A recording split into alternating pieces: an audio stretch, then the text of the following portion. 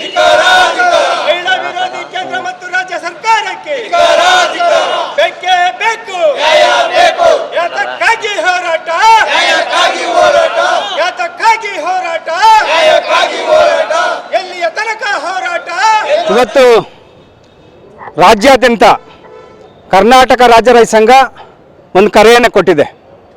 ಕಾರಣ ಏನಂದರೆ, ಕೇಂದ್ರ ಮತ್ತು ರಾಜ್ಯ ಸರ್ಕಾರಗಳು ದಿನನಿತ್ಯ ಪೆಟ್ರೋಲ್ ಬೆಲೆಯನ್ನು ಏರಿಸ್ತಾ ಕೂತಿದ್ದಾವೆ. ಗೊಬ್ಬರದ ಬೆಲೆಯನ್ನು ನಿಜವಾಗ್ಲೂ ಇವತ್ತು ಏರಿಸ್ತಾ ಇರೋದ್ರಿಂದ ರೈತರು ನಿಜವಾಗ್ಲೂ ಆತ್ಮಹತ್ಯೆ ಮಾಡ್ಕೊಳ್ಳೋಂಥ ಪರಿಸ್ಥಿತಿ ನಿರ್ಮಾಣ ಆಗಿದೆ. ಇವತ್ತು ರಾಜ್ಯದಲ್ಲಿ ಒಣ ಹವೆ ನಿರ್ಮಾಣ ಆಗಿದೆ. ಕೆರೆ ಕಟ್ಟೆಗಳು ಎಲ್ಲ ಬತ್ತೋಗಿದೆ. ನಾವು ಬೋರ್ವೆಲ್ಗಳು ಏನು ಬೆಳೀತಾ ಇದ್ವಿ ಅವು ಸಹ ನೀರಿನಲ್ಲಿ ಬತ್ತೋಗಿ ರೈತರು ಇವತ್ತು ಕಂಗಾಲಾಗಿದ್ದಾರೆ. ಇಂಥ ಒಂದು ಸಂದರ್ಭದಲ್ಲಿ ರಾಜ್ಯ ಮತ್ತು ಕೇಂದ್ರ ಸರ್ಕಾರಗಳು ಏನು ದಿನನಿತ್ಯ ಬೆಲೆಗಳನ್ನು ಏರಿಸ್ತಾ ಇದ್ದಾರೆ, ಇವತ್ತು ಜನಸಾಮಾನ್ಯರ ಮೇಲೆ ಭಾಳ ಕಷ್ಟ ಅನುಭವಿಸುವಂಥ ಪರಿಸ್ಥಿತಿ ನಿರ್ಮಾಣ ಮಾಡಿದ್ದಾರೆ. ಯಾಕೆ ಅವ್ರು ಕಣ್ಣು ಕಾಣಿಸ್ತಾ ಇಲ್ವಾ?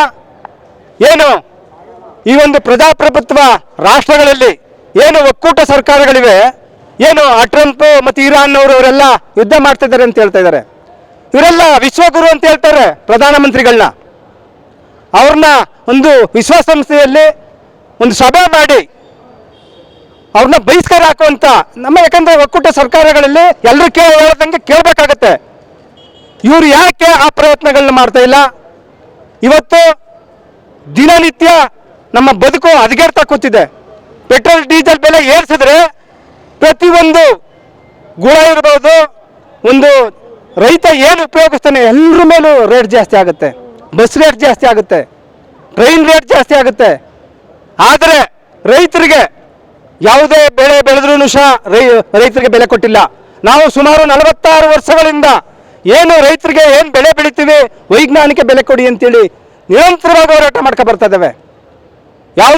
ಯಾವುದೇ ಸರ್ಕಾರಗಳು ಬರಲಿ, ಬರೀ ನಾಟಕೀಯವಾಗಿ ಉತ್ತರ ಕೊಟ್ಟು ಜನಗಳ ಓಟ್ ಹಾಕುವ ದಿಕ್ಕಿನಲ್ಲಿ ಕೆಲಸ ಮಾಡ್ತಾರೆ ವಿನ ರೈತರು ಓಟ್ ಹಾಕ್ತಾರೆ, ಜನಸಾಮಾನ್ಯರು ಓಟ್ ಹಾಕೋರಿಗೆ ಇವತ್ತು ಅವ್ರ ಆಸೆಗಳನ್ನ, ಅವ್ರ ಮಾತುಗಳನ್ನ ಉಳಿಸ್ಕೊಳಕ್ಕಾಗಿಲ್ಲ.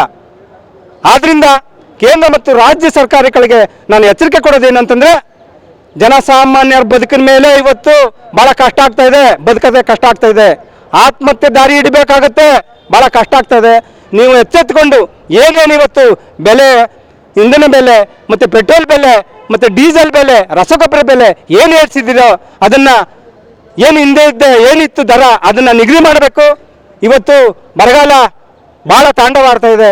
ಜನಗಳನ್ನ ಬದುಕಿನಲ್ಲಿ ಚೆಲ್ಲಾಟ ಆಡಬೇಡಿ, ಅವ್ರನ್ನ ಬದುಕಿನಲ್ಲಿ ನೀವು ಸ್ಪಂದಿಸುವಂಥ ಕೆಲಸಗಳು ಮಾಡಬೇಕು ಅಂತೇಳಿ ರಾಜ್ಯ ಮತ್ತು ಕೇಂದ್ರ ಸರ್ಕಾರಕ್ಕೆ ಎಚ್ಚರಿಕೆ ಕೊಡುವ ದಿಕ್ಕಿನಲ್ಲಿ ಇವತ್ತು ತಮ್ಮ ಮೂಲಕ ಎಚ್ಚರಿಕೆಯನ್ನು ಕೊಡ್ತಾ ಇದ್ದಾನೆ.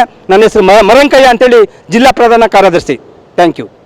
ನಾವು ಹೋರಾಟ ಮಾಡ್ತಾ ಇದ್ದೋ ರೈತರಿಗೆ ಅನುಕೂಲ ಮಾಡಿ ಅಂತ. ಏಕೆಂದರೆ ರೈತರುಗಳಿಗೆ ನೀವು ಇದು ಕೊಡ್ತಿರೋ, ಏನು ಅಂದರೆ ಸಹಾಯಧನ ಅಂತ ಕೊಡ್ತಿರೋ, ಇಲ್ಲ ರೈಟ್ ಕಡಿಮೆ ಮಾಡಿ ಕೊಡ್ತಿರೋ. ಆದರೆ ರೈತರಿಗೆ ಅನುಕೂಲ ಆಗಬೇಕು. ಅವರು ಹೇಳ್ಬೋದು ಅಲ್ಲಿ ಏರಿದ್ದದೋ ಇಳಿದಿದ್ದದೋ ನಮ್ಗಳ್ಗೇನು ಗೊತ್ತು, ರೈತರುಗಳಿಗೆ ಅಲ್ಲಿ ವಿಚಾರ ಏನಾರು ನಮ್ಗೇನಾರು ಗೊತ್ತಾಗುತ್ತಾ? ಏನು ಗೊತ್ತಾಗಲ್ಲ. ಅವ್ರು ಹೇಳೋದನ್ನು ನಾವು ಕೇಳ್ತಾ ಇದ್ದೀವಿ, ಅದ್ರ ಪ್ರಶ್ನೆಗೆ ನಾವು ಹೋಯ್ತಾ ಇಲ್ಲ. ನಮ್ಮ ರೈತರಿಗೆ ಯಾಕೆ ಇವರು ಸಹಾಯಧನ ಅಂತ ಕೊಡಬಾರ್ದು? ಈಗ ನಮಗೆ ಒಂದು ಡೀಸೆಲ್ ತರಬೇಕು ಅಂದರೆ ಕ್ಯಾನಲ್ಲಿ ಹಾಕೊಡಲ್ಲ. ಎಷ್ಟು ಸಮಸ್ಯೆ ಆಯ್ತಾ ಇದೆ ರೈತರುಗಳಿಗೆ ಅಂದರೆ, ಇವರು ಏರಿಸಿರೋದು ಅಲ್ಲದೆ ನಮಗೆ ತುಂಬ ವ್ಯವಸಾಯ ಮಾಡೋದೇ ಕಷ್ಟ ಆಗ್ಬಿಡೋದು. ಈಗ ಹೆಂಗಾಗ್ಬಿಡೋದು, ರೈತರುಗಳು ಸಣ್ಣ ಇದರಿಂದ ಹಿಡಿದು ಇವತ್ತು ಲೇಬರ್ ಯಾರೂ ಸಿಗೋಲ್ಲ, ಎಲ್ಲ ಮಿಷಿನ್ಗೆ ಎಲ್ಲ ಅವಲಂಬಿತರಾಗ್ಬಿಟ್ಟವ್ರೆ. ಟ್ರಿಲ್ಲರ್ ತಾವಿಂದ ಹಿಡ್ದು ಕಳೆ ಕೀಳೋ ಮಿಷಿನ್ ತಾವಿಂದ ಹಿಡ್ದು ಟ್ರ್ಯಾಕ್ಟರ್ ತಾವಿಂದ ಹಿಡ್ದು ಎಲ್ಲದಕ್ಕೂ ಪ್ರತಿಯೊಂದಕ್ಕೂ ಇವತ್ತು ಯಂತ್ರೋಪಕರಣನೇ ಮೂಲ. ಇವತ್ತು ವ್ಯವಸಾಯಕ್ಕೆ ಯಂತ್ರೋಪಕರಣನೇ ಮೂಲ ಆಗಿರೋದು. ಇವತ್ತು ಅದಿಲ್ಲ ಅಂದರೆ ಇವತ್ತು ಜೀವನ ಮಾಡೋ ಅನ್ನ ಒಂದು ಇದು ಬೆಳೆಯೋಕ್ಕಾಯ್ತಲ್ಲ. ರೈತರುಗಳು ನಮ್ಮ ಜನಗಳ ಕೂಲಿ ಆಳುಗಳೇ ಸಿಗ್ತಾ ಇಲ್ಲ. ಹಂಗಾಗಿ ಆ ರೈತರುಗಳಿಗೆ ಅವರ ಜಮೀನು ಪಾಣಿ ಇದ್ರ ಮೇಲೆ ಇನ್ನೊಂದ್ರ ಮೇಲೆ ಅವ್ರಿಗೆ ಕಾರ್ಡ್ ಕೊಟ್ಟು ಅವ್ರಿಗೆ ಸಹಾಯಧನದಲ್ಲಿ ಡೀಸೆಲ್ಲು ಟ್ರ್ಯಾಕ್ಟರ್ಗೆ ಸಿಗುವಂಥ ಆ ಥರ ಅನುಕೂಲ ಮಾಡಲಿ. ಅವ್ರ ಮಾತಿಗೆ ನಾವು ರಿವರ್ಸ್ ಮಾತಾಡ್ತೀವಿ ಅಂತ ಹೇಳ್ತಾ ಇಲ್ಲ. ನೀವು ಕೇಳಿದ್ರಿ ಸೀತಾರಾಮರು ಅಲ್ಲೇ ಏರ್ಬಿಟ್ಟಿದೆ, ಅದು ಒಪ್ಕೊಳ್ಳೋಣ, ಇರ್ಬೋದು, ಇಲ್ದೇನೂ ಇರ್ಬೋದು. ಅದು ನಮ್ಗೆ ಯಾಕೆ ಈ ರೀತಿ ಇದು ಮಾಡ್ತಾ ಇದ್ದಾರೆ? ರೈತರುಗಳಿಗೆ ಒಂದು ಥರದಲ್ಲಿ ತೊಂದರೆ ಕೊಡ್ತಾ ಇಲ್ಲ. ಎಲ್ಲ ಕಡೆಯಿಂದನೂ ಈಗ ಸರ್ವೇರು ರಸಗೊಬ್ಬರನ ಸಿಕ್ಕಿಟ್ಟಂಗೆ ಇರ್ಸೋರೆ. ಯಾಕೆ ಸಹಾಯಧನ ಕೊಡಬಾರ್ದು? ಅದಕ್ಕೆ ಎಲ್ಲ ಸಹಾಯಧನ ಕೊಟ್ಟು ಅಲ್ಲಿ ರೈಟ್ ಜಾಸ್ತಿ ಆಗಿದ್ದೋ ಕಮ್ಮಿ ಆಗಿದ್ದೋ ಅದು ಬ್ಯಾಡದ ವಿಚಾರ. ಯಾತಕ್ಕೆ ರೈತರುಗಳಿಗೆ ಸಹಾಯಧನ ಕೊಟ್ಟು ಕಡಿಮೆ ಕೊಡಬಾರ್ದು? ನಾವು 4-6 ಜನಕ್ಕೆ ಅನ್ನ ಬೆಳ್ಕೊಳ್ಳೋರಿಗೆ ಯಾತಕ್ಕೆ ಅದನ್ನೇ ಇವರು ಇದು ಮಾಡಿದ್ರೆ ಇನ್ಯಾವುದಕ್ಕೆ ಸಹಾಯ ಮಾಡ್ತಾರೆ ಇವರು? ನಿರ್ಮಲಾ ಸೀತಾರಾಮರು ಅದರಿಂದ ನಾವು ಅದನ್ನು ವಿರೋಧ ಮಾಡ್ತಿದ್ವಿ. ಅಷ್ಟು ಬಿಟ್ರೆ ಅವರು ಏರಿಸಿದಾರೋ ಬಿಟ್ಟಿದಾರೋ ನಮ್ಗೆ ಬೇಕಾಗಿಲ್ಲ. ಇವತ್ತು ನಾವು ಹೋರಾಟ ಮಾಡ್ತಾ ಇರೋದಷ್ಟೇ, ನಮಗೆ ರೈತರುಗಳಿಗೆ ಸರ್ವೆಯಿಂದನೂ ತೊಂದರೆ ಆಗ್ತಾ ಇದೆ. ಇವಾಗ ಸರ್ವೆ 4 ತಿಂಗಳಿಂದನೂ ಸರ್ವೆ ಅವ್ರಿಗೆ ಸ್ಟ್ರೈಕ್ ಮಾಡ್ಕೊಂಡು ಕೂತಿದ್ದಾರೆ. ಇಲ್ಲಿ ಏನೇ ಒಂದು ಅಳತೆ ಮಾಡಿಸ್ಬೇಕು ಅಂದರೆ ಸರ್ವೆ ಅವರು ಬರೋಲ್ಲ. ಈಗ ಅವರೆಲ್ಲ ಇದು ಮಾಡಿರೋದು ಭಾಳ ತೊಂದರೆ ಆಯ್ತಾ ಇದೆ.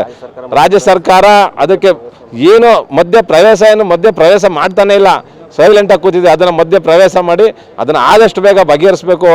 ಈಗ ಸರ್ವೆ ಅವ್ರದ್ದು ಏನು ಹಿತಾರ್ಥ ಮಾಡಬೇಕು, ರೈತರುಗಳಿಗೆ ಅನುಕೂಲ ಮಾಡಬೇಕು. ಮತ್ತು ಈಗ ನಮ್ಗಳಿಗೆ ಡೀಸೆಲ್ ತಗೊಬರೋದಕ್ಕೆ ಅಂದರೆ ಎಲ್ಲರಿಗೂ ಕಾಲಮಿತಿ ಏನು ಕಾರ್ಡ ಇನ್ನೊಂದು ಸಹಾಯಧನದಲ್ಲಿ ಕೊಡೋ ರೀತಿ ಮಾಡಬೇಕು.